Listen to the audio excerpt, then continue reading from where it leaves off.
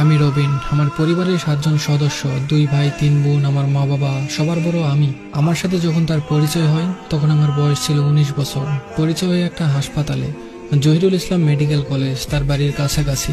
আমি আমার দাদাকে নিয়ে যাই সেখানে, আর সে তার মাকে নিয়ে আসে। আমি একটু ভালো বুঝতাম হাসপাতালের বিষয়গুলো, কারণ আমি ছোট থেকেই এগুলোর সাথে আছি। আর সে তেমন কিছুই বোঝে না, তাই দুজন একসাথে বসে ডাক্তারের জন্য অপেক্ষা করছি। তখন ওর সাথে আমার প্রথম কথা হয়। বাসায় যাওয়ার সময় সে একটা টিস্যুর মধ্যে তার নাম্বারটা লিখে দেয়। সেদিন রাতে কি যেন মনে করে তাকে কল দেই। এইভাবে আস্তে আস্তে সম্পর্কে জড়িয়ে যায়। সে আমাকে অনেক ভালোবাসে, কিন্তু তার তুলনায় আমি তাকে কম ভালোবাসি, কারণ সে আমার প্রথম ভালোবাসা নয়, দ্বিতীয় ভালোবাসা ছিল। আমি একটা মেয়েকে ভালোবাসতাম, তার নাম হলো জান্নাত। তো 1 বছর পর আমি দেখলাম সে আমাকে অনেক ভালোবাসে, আর সবকিছু মিলিয়ে আমি ওকে অনেক ভালোবাসি। এভাবেই চলছিল।